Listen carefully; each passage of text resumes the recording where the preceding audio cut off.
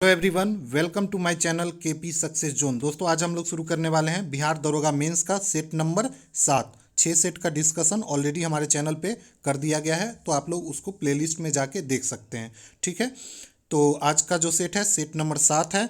तो चलिए आज का सेट शुरू करते हैं। और इससे पहले जो लोग भी चैनल को सब्सक्राइब नहीं किए हैं तो कृपया चैनल को सब्सक्राइब कर दें। हम आज से दरोगा मेंस के एग्ज़ाम तक, जो कि डेट अनाउंस कर दिया गया है, 24 अप्रैल को दरोगा मेंस का एग्ज़ाम होगा। डेली एक सेट का आपको फुल डिस्कशन कराएंगे, तो आप लोग हमारे चैनल को सब्सक्राइब जरूर कर दें। तो चलिए आज का सेट शुरू करते हैं। आज का जो पहला क्वेश्चन है वो है, कैसिन मिशन के संदर्भ में निम्नलिखित कथनों पर विचार करना है। ठीक है, तो कैसिन हीरोज एक मानव रहित अंतरिक्षयान है जिसे शनि ग्रह पर भेजा गया था। अगला है कि यह शनि ग्रह का भेजा गया पहला अंतरिक्ष यान है। तो दोस्तों इसका जो है पहला नंबर सही हो जाएगा। कैसिन हीरोज एक मानव रहित अंतरिक्ष यान है और ये शनि ग्रह पर भेजा गया है।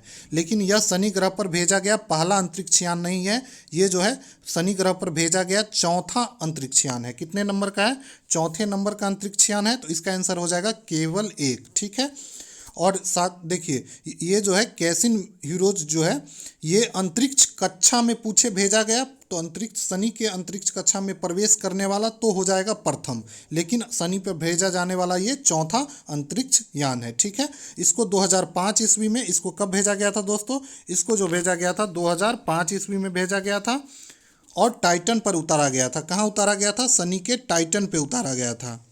टाइटन पे उतारा गया था कब? 2005 ईस्वी में। तो इसको भी आप लोग याद रखेंगे। ठीक है, अगले क्वेश्चन पे चलते हैं। अगला क्वेश्चन है, वैश्विक रसायन आउटलुक रिपोर्ट जारी की जाती है। तो दोस्तों वैश्विक रसायन आउटलुक रिपोर्ट जो है वो जारी किया जाता है किसके द्वारा? तो वो जारी किया जाता है संयुक्त राष्ट्र पर्यावरण कार्यक्रम के द्वारा। ठीक है, किसके द्वारा? संयुक्त राष्ट्र पर्यावरण कार्यक्रम के द्वारा। ये सतत विकास के लिए जारी किया जाता है। इसमें 2030 एजेंडा के लिए, 2030 तक के लिए एजेंडा फिक्स किया गया है। ठीक है, अगला क्वेश्चन है, निम्नलिखित में से कौन सी मानवीय क्रिया भूमि निम्नीकरण के लिए उत्तरदायी है? तो दोस्तों कौन सी मानवीय क्रिया है जो भूमि को निम्नीकरण के लिए उत्तरदायी है? तो इसका जो आंसर हो जाएगा दोस्तों खनन, वन उन्मूलन मतलब वन की कटाई, अत्यधिक सिंचाई, मतलब इसका जो आंसर हो जाएगा दोस्तों वो हो जाएगा उपयुक्त सभी। तो ये हो जाएगा इसका आंसर। ठीक है, और साथ ही एक चीज़ और है, पशुचारण भी इसमें अगर आता तो पशुचारण भी भूमि निम्नीकरण का ही उदाहरण है। ठीक है, अगला क्वेश्चन पे चलते हैं। अगला क्वेश्चन है, 5 नारंगी का विक्रय मूल्य दिया हुआ है 8 नारंगी के क्रय मूल्य के बराबर। तो दोस्तों इसका जो आंसर हो जाएगा वो हो जाएगा 60%। इसको निकालने के लिए आप सीपी को क्या मान सकते हैं? एक मानेंगे। एक नारंगी का कॉस्ट प्राइस एक मानेंगे तो 5 नारंगी का जो सीपी कॉस्ट प्राइस हो जाएगा वो 5 रुपया हो जाएगा और सेलिंग प्राइस हो जाएगा 8 रुपया। तो लाभ यहाँ पे क्या हो जाएगा? तो लाभ जो हो जाएगा 8 - 5, तो 3/5 गुने 100। तो इसको जब आप सॉल्व करेंगे तो आ जाएगा 60%। ठीक है, अगला क्वेश्चन है, भारत का कौन सा स्थान ज्वारीय तरंगों द्वारा ऊर्जा उत्पादन के लिए आदर्श स्थिति प्रदान करता है? तो भारत का वो कौन सा स्थान है जो ज्वारीय तरंगों द्वारा ऊर्जा प्रदान करने के लिए आदर्श स्थिति प्रदान करता है? तो इसका जो आंसर हो जाएगा दोस्तों खंभात की खाड़ी। इस बुक में दोस्तों आंसर दिया हुआ है कच्छ की खाड़ी, लेकिन कच्छ की खाड़ी नहीं होगा। इसका जो आंसर होगा खंभात की खाड़ी। ठीक है, अगला क्वेश्चन है, सीमेंट उद्योग में कच्चे माल के रूप में किन खनिजों का प्रयोग किया जाता है? तो सीमेंट उद्योग में खनिजों का जो प्रयोग किया जाता है कच्चे माल के रूप में, वो किसका प्रयोग किया जाता है? तो किया जाता है चूना पत्थर, सिलिका, एल्यूमिना, तीनों का प्रयोग किया जाता है। साथ ही एक चीज़ और है, जिप्सम का भी प्रयोग किया जाता है दोस्तों। तो यहाँ पे जिप्सम भी रहे तो ये भी सही होगा, जिप्सम। ठीक है, तो ये चारों आप याद कर लीजिए। ये खनिज जो है सीमेंट उद्योग में कच्चे माल के रूप में उपयोग किया जाता है, जिप्सम को, चूना पत्थर को, सिलिका को और एल्यूमिना को। ठीक है, अगला क्वेश्चन पे चलते हैं। अगला क्वेश्चन है, प्रथम विश्व युद्ध के दौरान रासायनिक आयुध के रूप में प्रयोग किया गया था। तो प्रथम विश्व युद्ध के दौरान जो रासायनिक आयुध के रूप में प्रयोग किया गया था वो किसको किया गया था दोस्तों? तो ये जो किया गया था इसका आंसर हो जाएगा दोस्तों मस्टर्ड गैस को। किसको किया गया था? मस्टर्ड गैस को किया गया था। मस्टर्ड गैस जो है दोस्तों काफ़ी जहरीला गैस है। इससे त्वचा में क्या होता है? फफोले हो जाते हैं। त्वचा में क्या हो जाता है? फफोले हो जाता है। इसका रासायनिक नाम भी याद रखेंगे आपको। इसका जो रासायनिक नाम है dichloro dichloro diethyl sulphide, diethyl sulphide. ठीक है, इसका रासायनिक नाम है। इसका प्रयोग किया गया था प्रथम विश्व युद्ध में। ठीक है, अगला क्वेश्चन है, निम्नलिखित में से किन जगहों पर तांबे का खनन किया जाता है? तो दोस्तों तांबे का जो खनन किया जाता है वो कहाँ पे किया जाता है? तो ये किया जाता है बालाघाट, सिंहभूमि, खेतड़ी, तीनों जगह किया जाता है। अब तो पूछा जाता है कि सिंहभूमि किस राज्य में है? तो सिंहभूमि दोस्तों झारखंड में है। साथ ही बालाघाट जो है वो मध्य प्रदेश में है। तो इसके किस राज्य में है ये भी पूछा जाता है। और किस चीज़ के लिए फेमस है? तो तांबा के उत्खनन के लिए। ठीक है, और खेतड़ी जो है दोस्तों ये राजस्थान में है। ठीक है, तो इन तीनों का राज्य भी आप लोग याद रखेंगे। ठीक है, कई बार ये भी पूछा जाता है। अगला क्वेश्चन है, अकबर ने किस जैन आचार्य को जगत गुरु की उपाधि दिया था? तो जैन आचार्य मतलब जैन धर्म को मानने वाला जगत गुरु का उपाधि दिया गया था अकबर के द्वारा। किसको? तो ये दिया गया था हरि विजय सूरी को। किसको दिया गया था? हरि विजय सूरी को। ठीक है, अगला क्वेश्चन है, दिल्ली सल्तनत में वंशानुगत शासन का सिद्धांत किस सुल्तान ने लागू किया था? तो दिल्ली सल्तनत में वंशानुगत शासन का जो सिद्धांत लागू किया गया था वो लागू किया गया था दोस्तों इल्तुतमिश के द्वारा। इल्तुतमिश ने अपने पुत्री रजिया सुल्तान को अपना उत्तराधिकारी नियुक्त करता है, इसीलिए इसको बोला जाता है कि इल्तुतमिश ने दिल्ली सल्तनत में वंशानुगत शासन का सिद्धांत को लागू किया था। ठीक है, और उन्होंने सिक्का पे भी रजिया का नाम अंकित किया था ग्वालियर विजय के बाद। ठीक है, तो इसको भी याद रखेंगे, ग्वालियर विजय के बाद सिक्के पे अंकित किया था रजिया का नाम। ठीक है, अगला क्वेश्चन है, अगला क्वेश्चन मैथ का है। सीता प्रतिदिन साइकिल से पाठशाला जाने के लिए 5 किलोमीटर की यात्रा करती है। वह पूर्वाह्न 7:30 बजे अपने घर से निकलती है और पूर्वाह्न 7:30 बजे पहुंच जाती है। तो इसको पहुंचने में कितना टाइम लगता है दोस्तों? आधा घंटा। तो हाफ आवर का लगेगा, आधा घंटा। तो इसका स्पीड पूछ रहा है, तो स्पीड का फॉर्मूला आप लोग को पता होगा, ये होता है दूरी बट्टे में समय। ठीक है, तो दूरी हमारे पास क्या दिया हुआ है? दूरी क्या दिया हुआ है? 5 किलोमीटर, और टाइम कितना है? 1/2 आवर। तो इसका जो आंसर हो जाएगा 10 किलोमीटर पर आवर। ठीक है, तो आंसर क्या हो जाएगा? पहला नंबर। ठीक है, समझ में आ गया। अगला क्वेश्चन पे चलते हैं। अगला क्वेश्चन है, भारत में सर्वाधिक क्षेत्र पर किस प्रकार के वनों का विस्तार है? तो भारत में सर्वाधिक क्षेत्र पर जो वन का विस्तार है दोस्तों किस प्रकार के वन का है? तो वो है उष्णकटिबंधीय पर्णपाती वन का। ठीक है, उष्णकटिबंधीय पर्णपाती वन का भारत में सबसे ज़्यादा विस्तार है। ठीक है, अगला क्वेश्चन पे चलते हैं। अगला क्वेश्चन है, निम्न में से कौन सा गलत सुमेलित है? ठीक है, गलत सुमेलित है। तो इसका जो आंसर हो जाएगा दोस्तों साइटोलॉजी जो है वो कोशिका का अध्ययन, ये सही है। एग्रोएस्ट्रोलॉजी दोस्तों शैवाल का अध्ययन नहीं होता है। शैवाल का अध्ययन को हम लोग बोलते हैं फाइकोलॉजी। शैवाल का अध्ययन को क्या बोला जाता है? फाइकोलॉजी बोला जाता है। और एग्रोएस्ट्रोलॉजी जो है दोस्तों ये घास के अध्ययन को बोला जाता है। किसके अध्ययन को बोला जाता है? तो घासों के अध्ययन को। ठीक है, एंथ्रोलॉजी पुष्पों का अध्ययन है। और निम्नोलॉजी जो है वो झीलों और अलवणीय जलीय पादपों का अध्ययन है। तो ये सारा आप याद रखेंगे। अगला क्वेश्चन है, इथाइन के जलयोजन से मिलता है? तो दोस्तों इथाइन के जलयोजन मतलब इथाइन को जब जल के साथ अभिक्रिया किया जाता है तो क्या प्राप्त होता है? तो इथाइन का सूत्र होता है दोस्तों C2H4। इसको जब हम लोग जल के साथ मतलब H2O के साथ अभिक्रिया करेंगे तो हमें जो प्राप्त होगा वो होगा C2H5OH। और इसको हम लोग क्या बोलते हैं? अल्कोहल ग्रुप का है, तो इसको बोलेंगे एथेनॉल। इसको क्या बोला जाता है? एथेनॉल। तो इसका आंसर हो जाएगा एथेनॉल। ठीक है, अगला क्वेश्चन है, जल का घनत्व सबसे अधिक किस परम ताप पे होता है? किस तापमान पे होता है? ठीक है, तो जल का जो घनत्व होता है सबसे अधिक होता है वो होता है 4 डिग्री सेल्सियस पे। और इस अधिक क्या होता है? घनत्व, डेंसिटी जो होता है सबसे अधिक होता है किस पे? 4 डिग्री पे। वहीं पूछे अगर आयतन, तो आयतन जो है दोस्तों वो 4 डिग्री सेल्सियस पे क्या होता है? सबसे मिनिमम होता है। ठीक है, तो ये क्वेश्चन भी पूछा जाता है। ठीक है, अगला क्वेश्चन है, अगला क्वेश्चन पे चलते हैं। अगला क्वेश्चन है दोस्तों, इनमें से कौन सा विषय राजसूची के अंतर्गत आता है? तो राजसूची के अंतर्गत कौन सा आता है दोस्तों? 7वीं अनुसूची में ये टोटल 61 विषय को रखा गया है, जिसमें से कुछ जो है राजसूची में है, समवर्ती सूची और संघ सूची, ठीक है। तो यहाँ पे पूछ रहा है कि कौन है जो संघ सूची राज सूची में, तो राज सूची में है दोस्तों, इसका जो आंसर हो जाएगा भूमि और वन पर कर। भूमि और वन पे कर जो है दोस्तों ये आ जाता है राज सूची में। वहीं श्रमिक संघ, औद्योगिक और श्रमिक विवाद, रोजगार और बेरोजगारी, जनसंख्या नियंत्रण और परिवार नियोजन, ये तीनों जो आ जाता है दोस्तों ये आता है समवर्ती सूची में, समवर्ती सूची में। और इसका जो वर्णन है दोस्तों वो सातवीं अनुसूची में है, सातवीं अनुसूची या इसको शेड्यूल भी बोलते हैं, ठीक है। तो इसको भी आप लोग याद रखेंगे, ठीक है। अगला क्वेश्चन है, अगर आधार अक्ष पर कर की दर, आधार अक्ष पे कर की दर, ठीक है, इस तरीके से ग्राफ बनाएंगे और आधार अक्ष पे रखेंगे कर की दर और लंब अक्ष पर कुल कर राजस्व, तो इस पे क्या रखेंगे, राजस्व, कुल कर राजस्व को रखेंगे। प्रदर्शित किया जाए तो दोनों के बीच संबंध दर्शाने वाला वक्र जो प्राप्त होगा उसे क्या कहते हैं, तो इसके दोनों को संबंध दर्शाने वाला जो वक्र प्राप्त होगा दोस्तों उसको हम लोग क्या बोलेंगे, तो इसका जो आंसर हो जाएगा लेफर वर्क। ये क्या हो जाएगा, लेफर वर्क। इसको जो प्रतिपादित किया था वो किया था आर्थर लेफर, इसी के नाम पे इसका नाम रखा गया लेफर वर्क। कौन प्रतिपादित किया था, आर्थर लेफर, ठीक है। अगला क्वेश्चन है, निम्नलिखित युग्मों पर विचार कीजिए।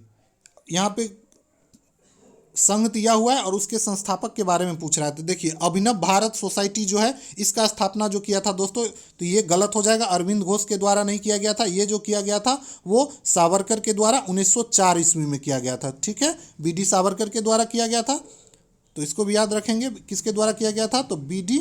सावरकर, बी.डी. सावरकर के द्वारा किया गया था। वहीं युगांतर जो है दोस्तों ये बरिंद्र कुमार घोष के द्वारा किया गया था 1906 में, बिल्कुल सही है। वहीं हिंदुस्तान सोशलिस्ट रिपब्लिकन ये लाला हरदयाल एसोसिएशन के द्वारा किया गया था, ये गलत है। इसका जो आंसर हो जाएगा दोस्तों वो हो जाएगा केवल 2, ठीक है। अगला क्वेश्चन पे चलते हैं। अगला क्वेश्चन है, द्विसदनात्मक भौतिकवाद का सिद्धांत किसने दिया था, तो दोस्तों द्विसदनात्मक भौतिकवाद का जो सिद्धांत दिया था वो किसके द्वारा दिया गया था, तो ये दिया गया था कार्ल मार्क्स के द्वारा, ठीक है।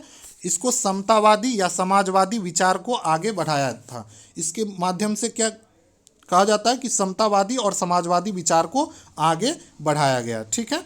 अगला क्वेश्चन है, एक लड़की की ओर इशारा करते हुए अभय ने कहा कि वह मेरे ससुर की पत्नी, तो मेरे ससुर की पत्नी, तो ससुर की पत्नी क्या हो गई, सास हो गई। इकलौती बेटी है तो वो उसकी पत्नी हो गई, और उसकी बेटी, तो उसकी बेटी क्या हो जाएगी, उसकी बीवी की बेटी हो गई, तो मतलब वो भी बेटी होगी। तो इसका आंसर हो जाएगा क्या, बेटी हो जाएगा, ठीक है। ब्लड रिलेशन का सवाल है, आसानी से बन गया। अगला क्वेश्चन है, किसके सुझाव पर राष्ट्रपति किसी राज्य के राज्यपाल को नियुक्त करते हैं, तो किसी राज्य के राज्यपाल को जो नियुक्ति करता है वो कौन करता है दोस्तों, राष्ट्रपति के द्वारा किया जाता है। और किस आर्टिकल से, तो आर्टिकल पूछेगा किस आर्टिकल से, तो आर्टिकल 155 के तहत राज्यपाल की नियुक्ति करता है। कौन करता है दोस्तों, तो राष्ट्रपति करता है। और राज्यपाल के लिए एज, इसको भी ध्यान रखेंगे, 35 वर्ष होना चाहिए, ठीक है, 35 वर्ष होना चाहिए। और ये जो करता है किसके सुझाव पे करता है, तो ये जो करता है दोस्तों उस प्रधानमंत्री के, ठीक है, किसके, प्रधानमंत्री के सुझाव पे करता है, ठीक है। अगला क्वेश्चन है, वायसराय की कार्यकारिणी परिषद में नियुक्त पहले भारतीय कौन थे, तो वायसराय के कार्यकारिणी परिषद में नियुक्त पहले भारतीय जो थे दोस्तों वो थे सत्येंद्र प्रसाद सिन्हा, ठीक है, एस.सी. सिन्हा, जो कि कानूनी सदस्य थे। ये क्या थे, कानूनी सदस्य, ठीक है, कानूनी सदस्य थे। और इन्हीं सत्येंद्र प्रसाद सिन्हा को इसको लॉर्ड की उपाधि दिया गया था अंग्रेजों के द्वारा। किसकी उपाधि दिया गया था, लॉर्ड की उपाधि। तो क्वेश्चन पूछे लॉर्ड की उपाधि किसके दिया गया था अंग्रेजों के द्वारा, तो सत्येंद्र प्रसाद सिन्हा को। और ये वायसराय की कार्यकारिणी परिषद में नियुक्त होने वाले प्रथम भारतीय थे, ठीक है। अगला क्वेश्चन है, यदि एक निश्चित धनराशि ब्याज की दर से 3 वर्षों में 1250 रुपये हो जाए और 8 वर्ष में 1600 रुपये हो जाए तो उस धनराशि को ज्ञात करें। तो इसका जो आंसर हो जाएगा दोस्तों वो हो जाएगा 1040। दोस्तों मैथ का क्वेश्चन अगर यहाँ डिस्कस करने लगे तो काफ़ी लंबा हो जाएगा वीडियो, तो इसका जो सॉल्यूशन है ये PDF के रूप में हम टेलीग्राम चैनल पे डाल देंगे, ठीक है। और इस टेलीग्राम चैनल का लिंक डिस्क्रिप्शन में डाल दिया गया है, तो आप लोग टेलीग्राम चैनल से भी जुड़ सकते हैं, KP सक्सेस नाम से वो भी उपलब्ध है। अगला क्वेश्चन है, किसने गवर्नर जनरल और प्रदेश के गवर्नरों को संवैधानिक प्रमुख का दर्जा दिया था? तो गवर्नर जनरल और प्रदेश के गवर्नरों को संवैधानिक प्रमुख का जो दर्जा दिया गया था वो दिया गया था भारतीय स्वतंत्रता अधिनियम, जो कि कब आया था? 1947 ईस्वी में आया था। उसके तहत, इसके तहत क्या किया गया था? वायसराय का जो पद चला आ रहा था उसको समाप्त कर दिया गया था। तो वायसराय का पद समाप्त कर दिया गया था भारतीय स्वतंत्रता अधिनियम 1947 से। और ये भारतीय स्वतंत्रता अधिनियम 1947 से ही भारत को स्वतंत्र किया गया था 15 अगस्त 1947 से। ठीक है। और गवर्नर जनरल का पद सृजन किया गया, संवैधानिक पद का प्रमुख बना दिया गया इसको और सृजन किया गया। तो क्या सृजन किया गया? गवर्नर जनरल का पद सृजित किया गया है और वायसराय को पद को समाप्त कर दिया जाता है। ठीक है। अगला क्वेश्चन है, भारतीय संविधान का कौन सा अनुच्छेद कहता है कि संघ के लिए एक संसद होगी जो राष्ट्रपति और 2 सदनों से मिलकर बनेगी, जिनके नाम राज्यसभा और लोकसभा होंगे? तो इसका जो आंसर होगा दोस्तों अनुच्छेद 79, अनुच्छेद 79 में ये बोला गया है। ठीक है। और ये किस भाग में है दोस्तों? पूछे किस भाग में है, तो संसद जो है दोस्तों 5वें भाग में है। ठीक है। अगला क्वेश्चन है, भारत में राज्य के नीति निर्देशक सिद्धांत के संदर्भ में निम्नलिखित में से कौन सा वक्तव्य सही है? तो नीति निर्देशक सिद्धांत के बारे में पूछ रहा है कि कौन सही है, तो इसका आंसर हो जाएगा कौन? तो केवल ए, सामाजिक आर्थिक उन्नति के लिए ये राज्य की संबोधित किए हुए कुछ निर्देश है। ये न्यायालय में परिवर्तनीय है? नहीं, ये जो है नीति निर्देशक तत्व को न्यायालय में परिवर्तन नहीं किया जा सकता, तो ये न्यायालय में परिवर्तनीय नहीं है। नीति निर्देशक तत्व जो है दोस्तों ये आयरलैंड के गणतंत्र से लिया गया है, तो ये भी क्वेश्चन पूछा जाता है। और ये जो न्यायालय में परिवर्तनीय नहीं है, ये किस आर्टिकल से नहीं है? तो ये इसका जो हो जाएगा आर्टिकल 37। किस आर्टिकल से? तो 37। इसको भी आप लोग याद रखेंगे, ये आर्टिकल भी बार बार पूछा जाता है। ठीक है। ये नीति निर्देशक तत्व जो है दोस्तों, तो इसका जो आंसर हो जाएगा केवल 1। और ये जो है किस भाग में है? तो ये भाग में है दोस्तों 4थे भाग में है। और आर्टिकल जो है इसमें कहाँ से कहाँ तक है? तो 36 से लेके 51 तक का जो आर्टिकल है उसको नीति निर्देशक तत्व में रखा गया है। ठीक है। अगला क्वेश्चन है, भारत में निम्नलिखित में से किस राज्य में रबर का उत्पादन सबसे ज़्यादा होता है? तो सर्वाधिक उत्पादन होता है रबर का किस राज्य में? तो ये होता है दोस्तों केरल में। ठीक है। वहीं अगर विश्व में पूछे तो विश्व में हो जाएगा थाईलैंड। तो विश्व में क्या हो जाएगा? विश्व में रबर का सबसे ज़्यादा उत्पादन जो करता है वो कौन करता है? तो वो किया जाता है दोस्तों थाईलैंड के द्वारा। ठीक है, थाईलैंड। ठीक है। और भारत का स्थान पूछे रबर के उत्पादन में कितना है? तो भारत का स्थान है दोस्तों 4था। भारत का स्थान कितना है? 4थे नंबर पे है विश्व में। ठीक है। अगला क्वेश्चन है, यमुना और बेतवा नदियों का संगम कहाँ पे होता है? तो यमुना और बेतवा नदी का जो संगम होता है दोस्तों वो कहाँ पे होता है? तो होता है हमीरपुर में। हमीरपुर में यमुना और बेतवा नदी का संगम होता है। और ठीक है। और बेतवा नदी पे ही दोस्तों एक माता टीला बांध है, इसको भी याद रखेंगे। पूछा जाता है कि माता टीला बांध जो है वो किस नदी पे है? तो माता टीला बांध जो है दोस्तों बेतवा नदी पे है। बेतवा नदी यमुना की सहायक नदी है। इसकी और भी सहायक नदी टोन्स और चंबल है, इसको भी याद रखेंगे। कौन कौन? टोन्स और चंबल, ये दोनों भी यमुना की सहायक नदी है। तो ये भी पूछा जाता है कि कौन कौन यमुना की सहायक नदी है, तो इसको भी आप लोग याद रखेंगे। ठीक है। अगला क्वेश्चन है, वर्ष 2007 का कैलेंडर किस वर्ष दोहराया गया? तो वर्ष 2007 का जो कैलेंडर है दोस्तों ये दोहराया गया था 2018 में। इसके निकालने के लिए आप 2007 में जो जितने दिन हुए 65, इसको 7 से डिवाइड करेंगे और टोटल 2007 से लेकर 18 तक आएंगे। सब में जो भी ऑड 7 से डिवाइड करने के बाद ऑड डे जाएगा उसको जोड़ लेंगे, तो इस तरीके से आपको टोटल 14 मिलेगा। और जब इसको फिर 7 से डिवाइड करेंगे तो टोटल पूर्णतः कट जाता है, तो इसीलिए 2018 जो हो जाएगा कैलेंडर वर्ष को दोहराता है। ठीक है, सेम हो जाएगा। तो इसका सॉल्यूशन हम डाल देंगे, वहाँ पे आपको अच्छे से क्लियर हो जाएगा। अगला क्वेश्चन है, निम्नलिखित में से कौन सा एक अनुवांशिक विकार नहीं है?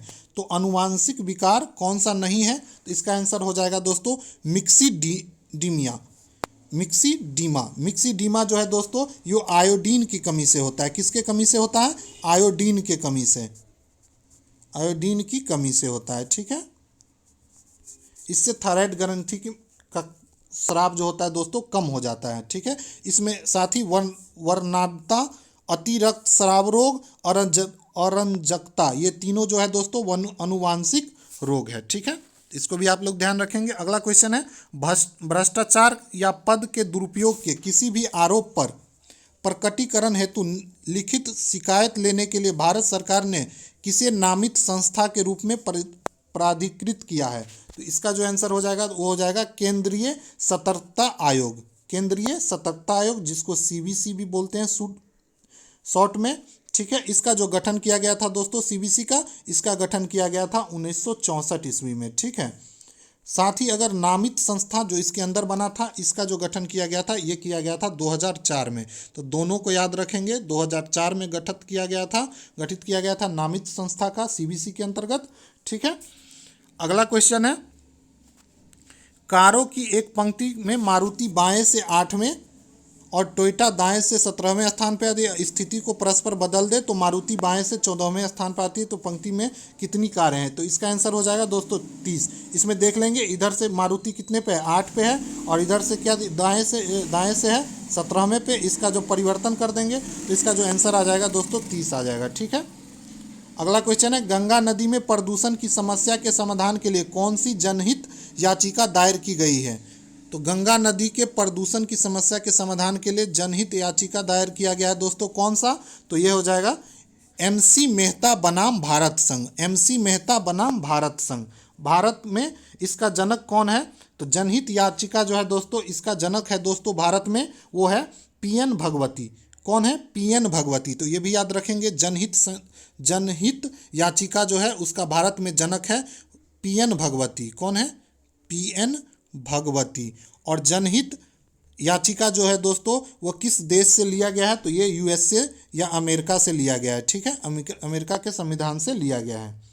अगला क्वेश्चन है लोकसभा में राज्य और संघ राज्य क्षेत्रों में अधिकतम कितने प्रतिनिधि हो सकते हैं? तो दोस्तों लोकसभा में राज्य और संघ राज्य क्षेत्रों मिला के अधिकतम जो प्रतिनिधि हो सकते हैं वो हो सकते हैं 550। कितने हो सकते हैं? 550। अगला क्वेश्चन है भारत की संचित निधि पर भारतीय व्यय के संबंध में कौन सा कथन सत्य है?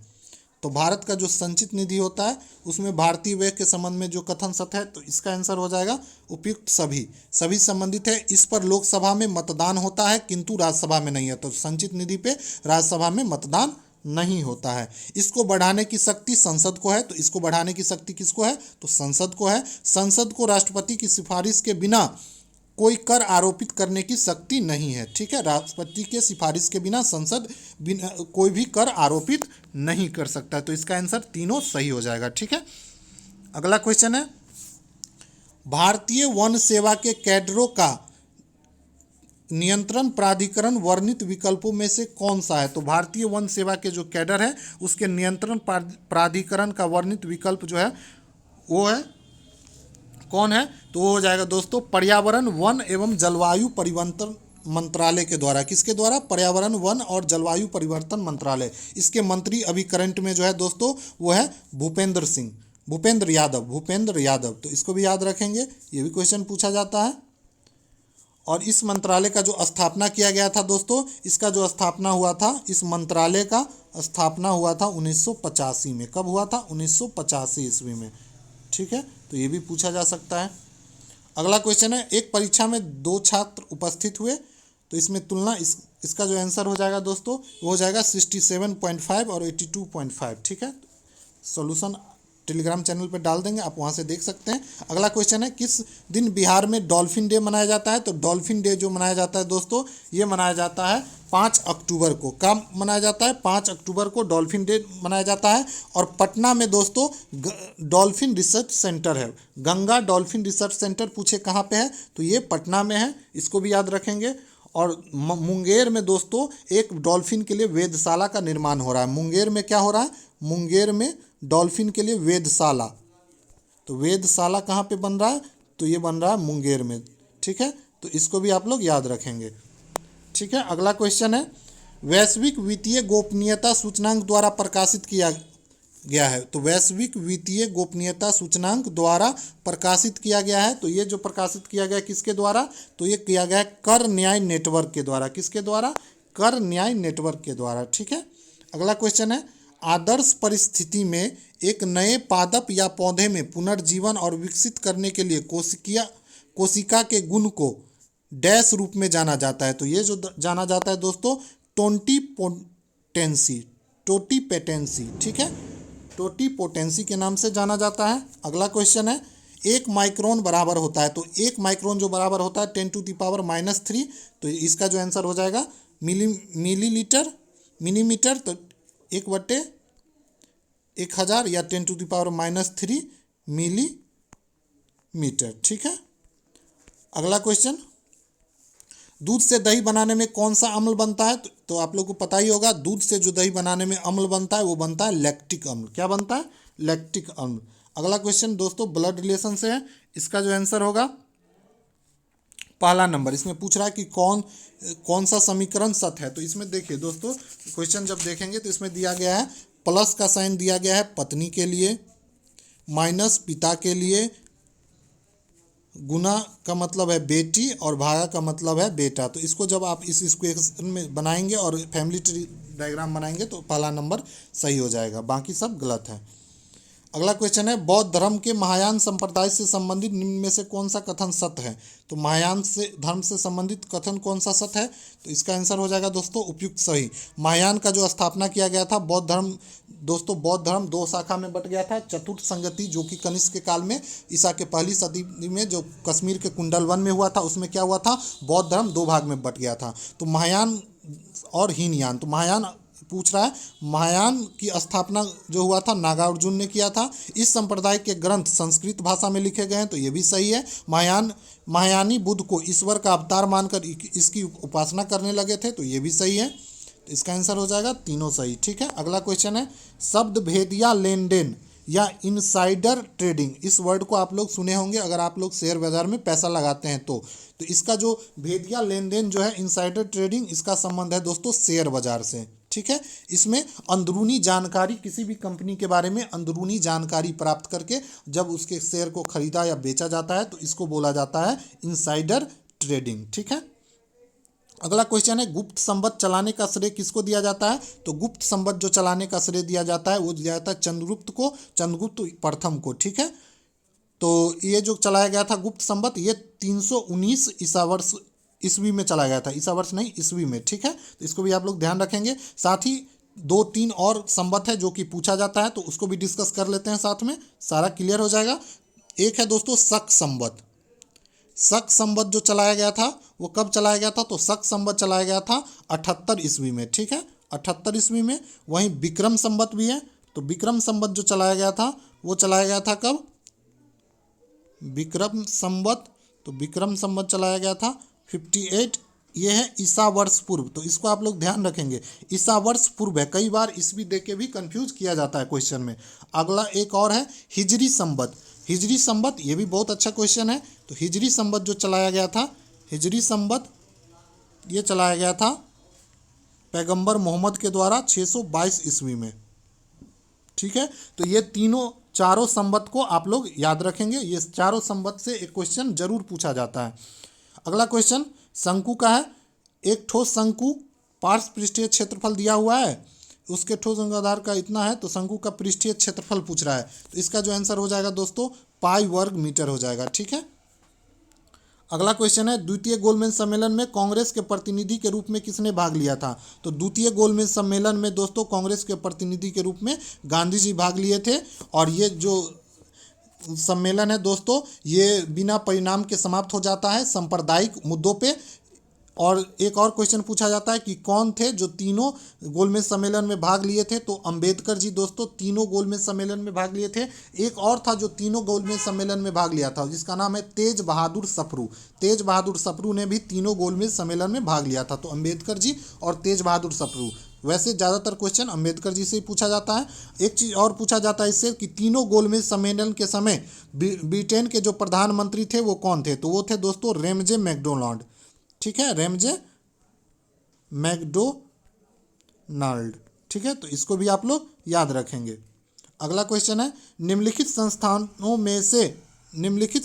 में से किसकी स्थापना गांधी जी द्वारा की गई थी? तो गांधी जी के द्वारा जो स्थापना किया गया था दोस्तों अहमदाबाद टेक्सटाइल लेबर एसोसिएशन का स्थापना इसका गांधी जी के द्वारा किया गया था, सही है। 1918 ईस्वी में किया गया था इसका स्थापना।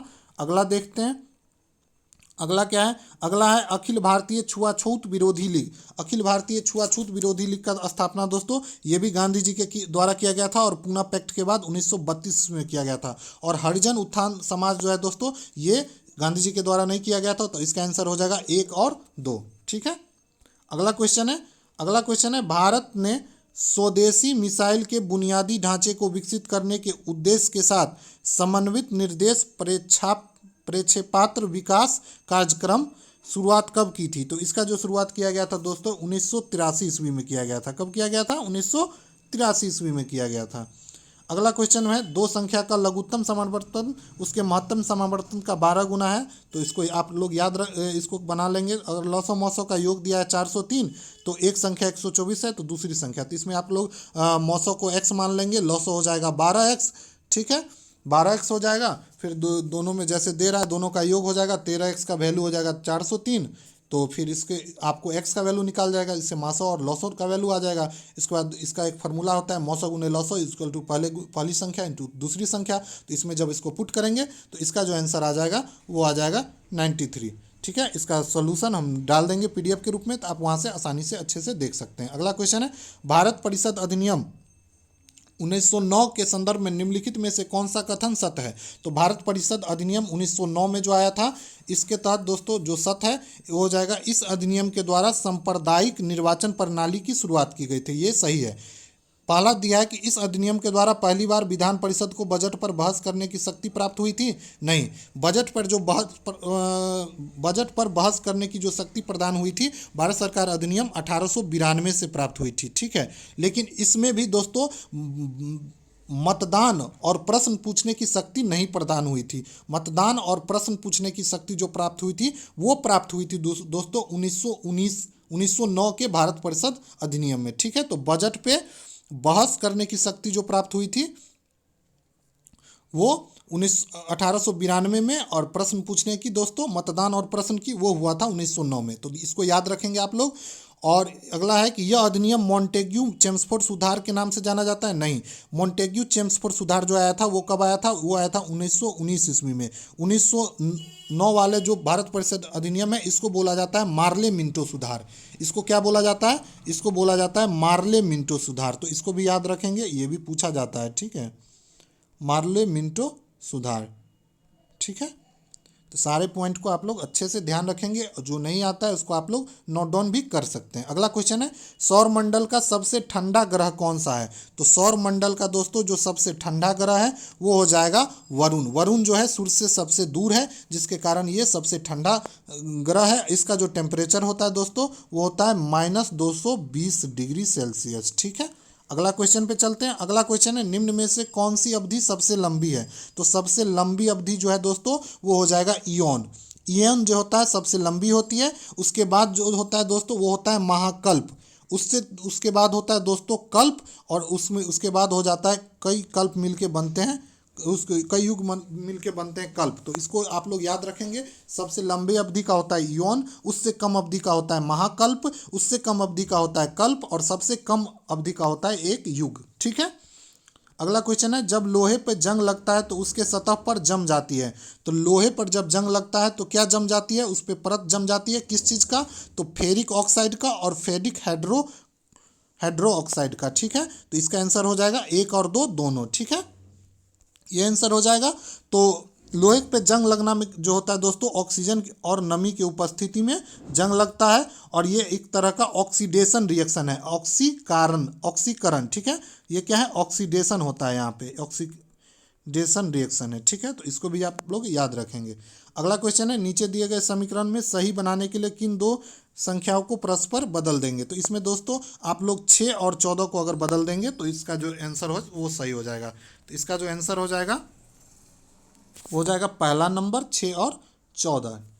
ठीक है, अगला क्वेश्चन पे चलते हैं। अगला क्वेश्चन है निम्नलिखित में से कौन मौद्रिक नीति के उपकरण में शामिल नहीं है? तो दोस्तों मौद्रिक नीति के उपकरण में शामिल नहीं है वो कौन है? तो ये हो जाएगा सभी, उपयुक्त सभी, नगद आरक्षित अनुपात, संवैधानिक तरलता अनुपात और रेपो दर, साथ ही दोस्तों रिवर्स रेपो रेट।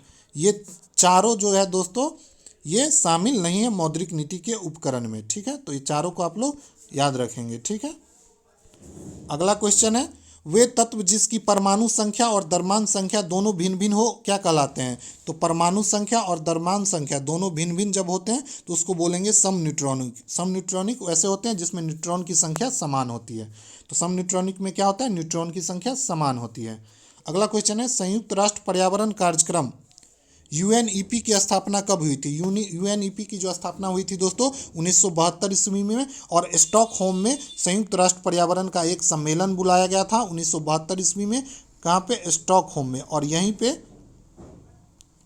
पे दोस्तों संयुक्त राष्ट्र पर्यावरण कार्यक्रम यूएनईपी की स्थापना किया जाता है 1972 ईस्वी में। अगला क्वेश्चन है, अकबर ने जिस मनसबदारी प्रणाली को लागू किया था वह किस देश से प्रचलित प्रणाली से उधार ली गई थी? तो अकबर के द्वारा मनसबदारी प्रणाली लागू किया गया था। और ये जो दोस्तों ये मनसबदारी प्रणाली संबंध है ये सैनिक सुधार से संबंधित है। तो यही कई बार पूछा जाता है किससे संबंधित है, तो सैनिक सुधार से संबंधित है। और ये जो लिया गया है दोस्तों मंगोलिया से लिया गया है। ठीक है, कहाँ से लिया गया है? मंगोलिया से। अगला क्वेश्चन है, गिजार्ड जो पक्षियों और कीड़ों की मांसपेशीय संरचना का एक प्रकार है, निम्नलिखित में से किस कार्य में मदद करता है?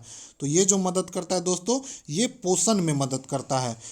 गिजार्ड जो है दोस्तों ये भोजन को चबाने में सहायक होता है। ये काफ़ी कठोर होता है जो कि भोजन के चबाने में सहायक होता है। ठीक है, अगला क्वेश्चन है, उत्परिवर्तनवाद या इसी को दोस्तों म्यूटेशनवाद भी बोला जाता है। तो उत्परिवर्तनवाद का प्रतिपादन जो किया गया था वो किसके द्वारा किया गया था? तो ये किया गया था ह्यूगो डी ब्रीज के द्वारा। और कब किया गया था? तो 1901 ईस्वी में किया गया था। इसको नव डार्विनवाद के नाम से भी जाना जाता है। ठीक है, इसको म्यूटेशन बोल दो या नव डार्विनवाद बोले या उत्परिवर्तनवाद बोले, तीनों एक ही है। और इसका जो प्रतिपादन किया गया था ह्यूगो डी ब्रीज के द्वारा किया गया था। ठीक है, तो इसको याद रखेंगे। अगला क्वेश्चन है, देश का पहला भारी जल संयंत्र की स्थापना कहाँ की गई थी? तो देश का पहला भारी जल संयंत्र का जो स्थापना किया गया था वो किया गया था दोस्तों कहाँ पे? तो ये किया गया था नांगल पंजाब में। कहाँ पे किया गया था दोस्तों? तो ये जो किया गया था नांगल पंजाब में किया गया था। ठीक है, अगला क्वेश्चन पे चलते हैं। अगला क्वेश्चन है मैथ से। ठीक है, 7 सेंटीमीटर त्रिज्या वाले गोले का पृष्ठीय क्षेत्रफल ज्ञात कीजिए। ठीक है, तो गोले का पृष्ठीय क्षेत्रफल का फॉर्मूला होता है दोस्तों, वो होता है 4 पाई आर स्क्वायर होता है। तो यहाँ पे इस जब आप वैल्यू को पुट करेंगे तो आपका आंसर आ जाएगा 616 वर्ग सेंटीमीटर। ठीक है, 616 वर्ग सेंटीमीटर। अगला क्वेश्चन है, किस विटामिन में कोबाल्ट होता है? तो दोस्तों कोबाल्ट जो पाया जाता है वो किस विटामिन में पाया जाता है? तो कोबाल्ट पाया जाता है दोस्तों B12 में। इसका जो वैज्ञानिक नाम है साइनोकोबालियम। तो इसको याद रखेंगे,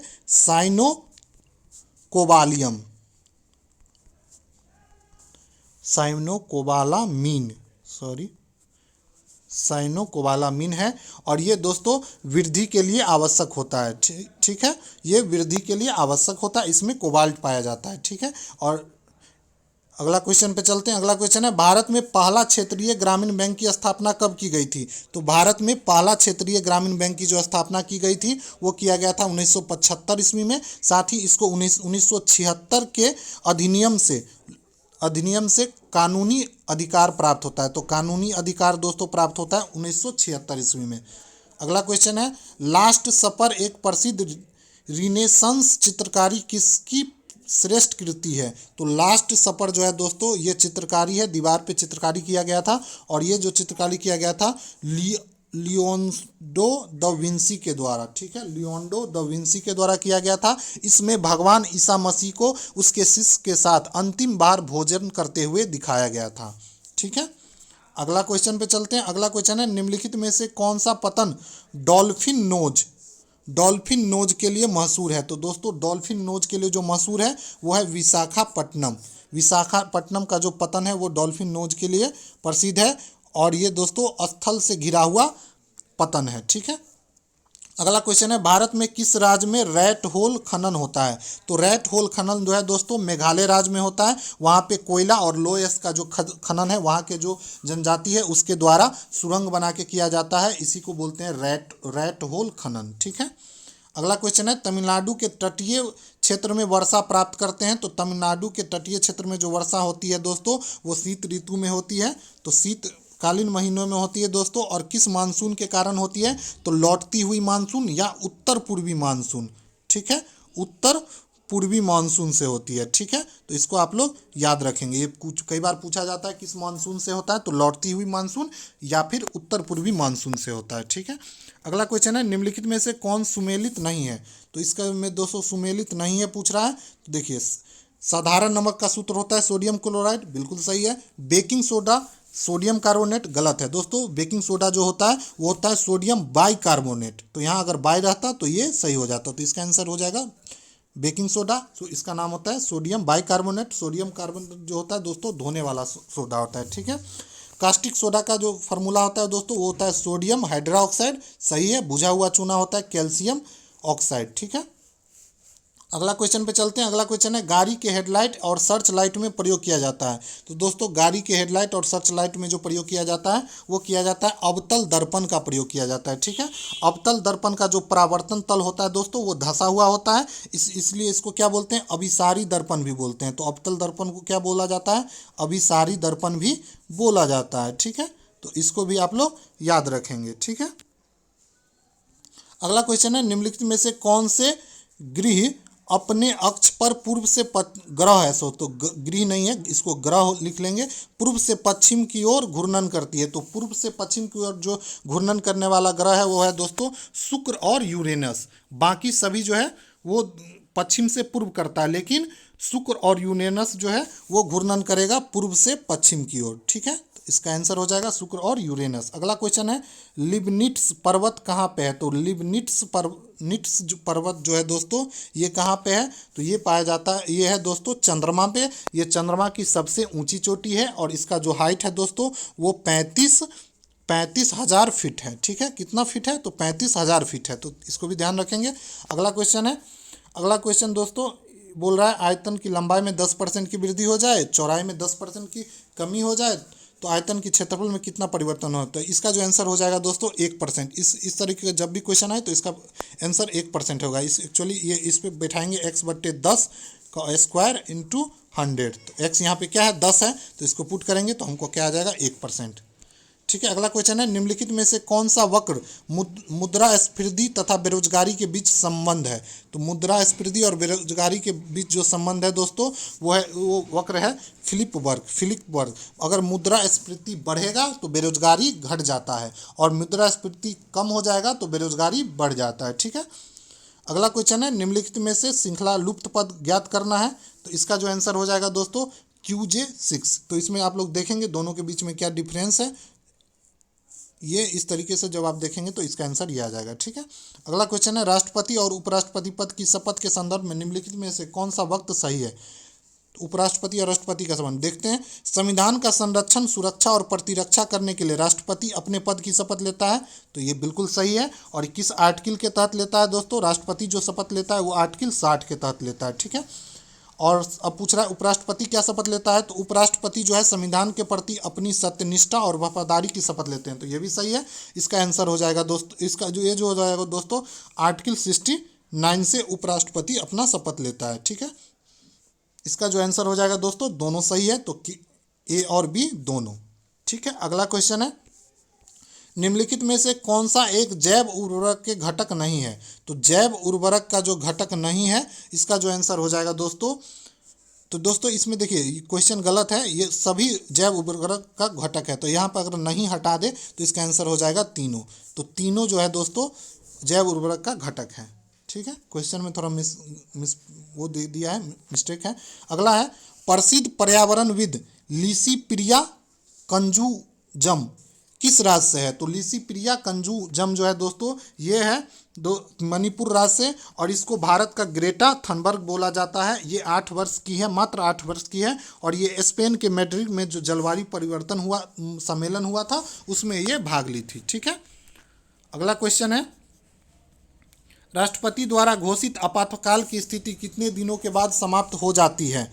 तो दोस्तों राष्ट्रपति के द्वारा जो घोषित आपातकाल है वो कितने दिनों बाद समाप्त हो जाती है? तो अधिसत्र के चलते उसे संसद के दोनों सदनों द्वारा अनुमोदन प्राप्त नहीं होता है, तो और संसद के द्वारा अनुमोदन प्राप्त नहीं होगा तो ये 1 महीने के अंदर, ठीक है।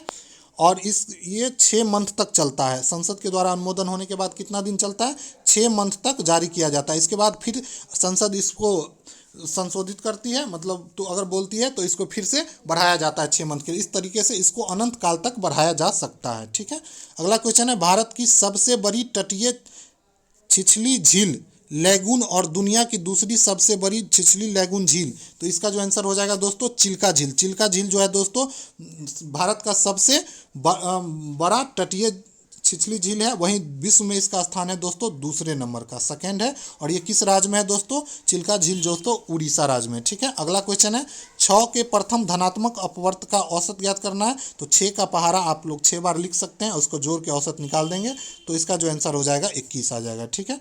अगला क्वेश्चन है, 1971 में भारत पाकिस्तान युद्ध के दौरान पाकिस्तानी बंदरगाह कराची पर भारतीय नौसेना द्वारा शुरू किए गए 2 आक्रमण ऑपरेशन कौन से थे? तो ये ऑपरेशन था दोस्तों ऑपरेशन ट्राइडेंट और ऑपरेशन पाइथन। ये जो किया गया था दोस्तों 4 दिसंबर को किया गया था, भारतीय नौसेना के द्वारा किया गया था। इसी के याद में दोस्तों इस 4 दिसंबर को नौसेना दिवस मनाया जाता है। नौसेना दिवस कब मनाया जाता है ये भी क्वेश्चन पूछा जाता है। तो नौसेना दिवस 4 दिसंबर को मनाया जाता है 1971 में, भारत पाकिस्तान युद्ध के में जो कराची पे भारतीय नौसेना जो आक्रमण किया था उसके याद में। अगला क्वेश्चन है, निम्नलिखित राष्ट्रवादियों में से युगांतर पार्टी का सदस्य नहीं था। तो दोस्तों युगांतर पार्टी जो है वो गर्म दल से संबंधित है, तो इसके सदस्य जो है दादा भाई नौरोजी नहीं थे। तो दादा भाई नौरोजी चूंकि ये नरम दल से थे तो ये जो युगांतर पार्टी का संबंध नहीं है। तो इसके जो संबंध कौन कौन है? तो अमरेंद्र चटर्जी, अरविंद घोष, सूरसेन, साथ ही एक और नाम है भूपेंद्र कुमार। भूपेंद्र कुमार भी है जो है दोस्तों ये भी युगांतर पार्टी से संबंधित थे, ठीक है। अगला क्वेश्चन है, इनमें से किसको ईंधन सेल कहा जाता है? तो ईंधन सेल जो कहा जाता है दोस्तों आणविक ऑक्सीजन को कहा जाता है। आणविक ऑक्सीजन को ईंधन सेल कहा जाता है। ये ईंधन से प्राप्त रासायनिक ऊर्जा को विद्युत ऊर्जा में परिवर्तन कर देता है, ठीक है। तो ये क्या करता है? ईंधन से जो प्राप्त रासायनिक ऊर्जा होता है उसको विद्युत ऊर्जा में परिवर्तन कर देता है। अगला क्वेश्चन है, निम्न में से किस भारतीय पर्वत को ब्लू माउंटेन कहा जाता है? तो ब्लू माउंटेन जो कहा जाता है दोस्तों वो कहा जाता है फॉगपुई को। फॉगपुई ये जो है दोस्तों ये किस राज्य में है? तो भारत के मिजोरम में है। तो मिजोरम की जो सर्वोच्च चोटी है वो है फोगपुई। मिजोरम की सर्वोच्च चोटी है फोगपुई। इसको ब्लू माउंटेन के नाम से भी जाना जाता है। और ब्लू माउंटेन के नाम से एक नेशनल पार्क भी है मिजोरम में, तो ये भी याद रखेंगे। ब्लू माउंटेन क्या है? एक नेशनल पार्क भी है, तो ये भी पूछा जा सकता है। तो नॉर्थ ईस्ट का जितना भी पर्वत और पार्क है इसको आप लोग अच्छे से याद कर लेंगे, ये बार बार पूछा जाता है एग्जाम में। अगला क्वेश्चन है, मौद्रिक नीति के पादेन अध्यक्ष कौन है? तो मौद्रिक नीति का जो पादेन अध्यक्ष होगा दोस्तों ये जो हो जाएगा, इसका जो होता है दोस्तों वो होता है आरबीआई के गवर्नर। ऑप्शन में ये नहीं दिया गया लेकिन इसका जो आंसर है दोस्तों आरबीआई गवर्नर होगा। इसको आप लोग सभी सही कर लेंगे, ठीक है। इसका कार्य होता है मुद्रा का प्रबंधन। तो जो भी विदेशी मुद्रा या जो भी मुद्रा आएगा उसका प्रबंधन किया जाता है आरबीआई गवर्नर के द्वारा। अगला क्वेश्चन है, किसी संख्या को 65% को उस संख्या में घटाया जाए तो परिणाम 784 तो वर्गमूल के बराबर होता है। तो संख्या, इसका जो आंसर हो जाएगा दोस्तों 80 हो जाएगा। इसको आप लोग कर लेंगे। कोई संख्या 100 लेंगे, उसमें से 65 घटा देंगे तो 35 बचेगा। और 35 जो है किसके बराबर है? 784 के वर्गमूल के। 784 का वर्गमूल होता है 28, तो 35 बराबर हो जाएगा 28 के। इसीलिए 1 बराबर कितने का हो जाएगा? तो और फिर 28 ये 100 कितने के बराबर हो जाएगा? तो आपको संख्या प्राप्त हो जाएगा। तो इसको जब निकालेंगे तो आ जाएगा 28 बट्टे 35 गुने 100, और जब कैलकुलेशन करेंगे तो आ जाएगा 80, ठीक है। अगला क्वेश्चन है, 1976 में राष्ट्रीय आपातकाल के दौरान भारतीय संविधान का अध्ययन करने की जिम्मेदारी किस समिति को सौंपी गई थी? तो 1976 ईस्वी में आपातकाल के दौरान भारतीय संविधान का अध्ययन करने की जो जिम्मेदारी सौंपी गई थी दोस्तों सरदार स्वर्ण सिंह समिति को सौंपी गई थी।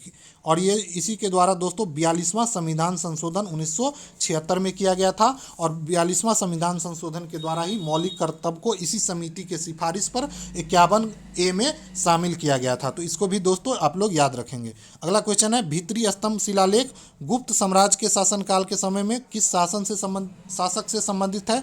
तो ये जो संबंधित है दोस्तों स्कंद गुप्त से संबंधित है। किससे संबंधित है?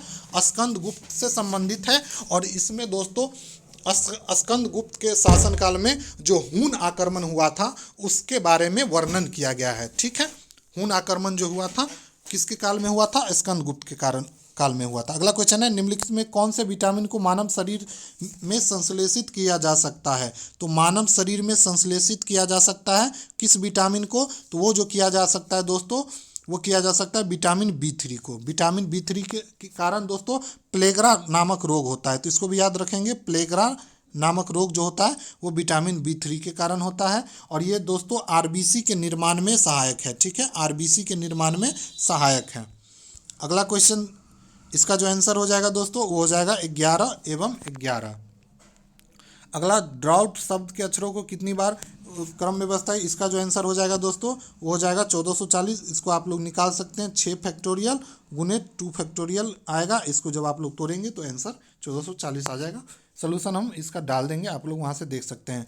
कौन सा अनुच्छेद सशस्त्र बल, अर्धसैनिक पुलिस बल, खुफिया एजेंसी आदि के सदस्यों के मौलिक अधिकारों को प्रतिबंधित करने या निरस्त करने के लिए संसद को अधिकार देता है? तो दोस्तों इसका जो आंसर हो जाएगा वो हो जाएगा अनुच्छेद 33। अनुच्छेद 33। ठीक है, अगला क्वेश्चन है, सुशांत और प्रशांत तनख्वाह की रकम को इतना लेते हैं। इसका जो आंसर हो जाएगा दोस्तों 25%। ठीक है, मैथ का क्वेश्चन को हम PDF के रूप में डाल देंगे। वीडियो काफ़ी लंबा हो जाएगा अगर मैथ करें, वैसे वीडियो लंबा हो गया है।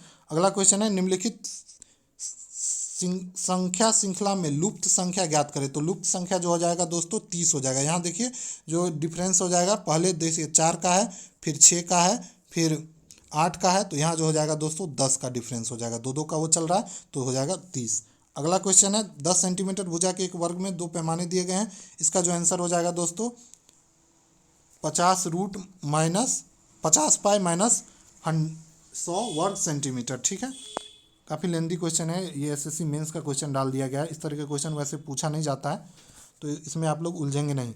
अगला क्वेश्चन है, इसका आंसर हो जाएगा 990 घन फीट।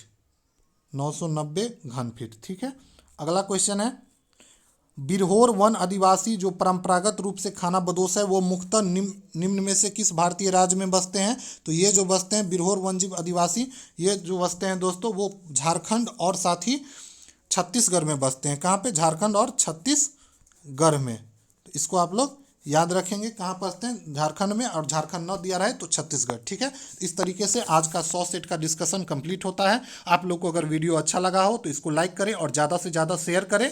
साथ ही हमारे चैनल को सब्सक्राइब कर लें। हम डेली एक सेट का रिवीजन आपके लिए लेके आएंगे, और मेंस एग्जाम तक अगर आप लोग इसी तरीके से रिवीजन करते रहें हमारे साथ तो आपका सिलेक्शन जरूर होगा। ठीक है, तो चलिए आज के वीडियो को यहीं समाप्त करते हैं। Thank you.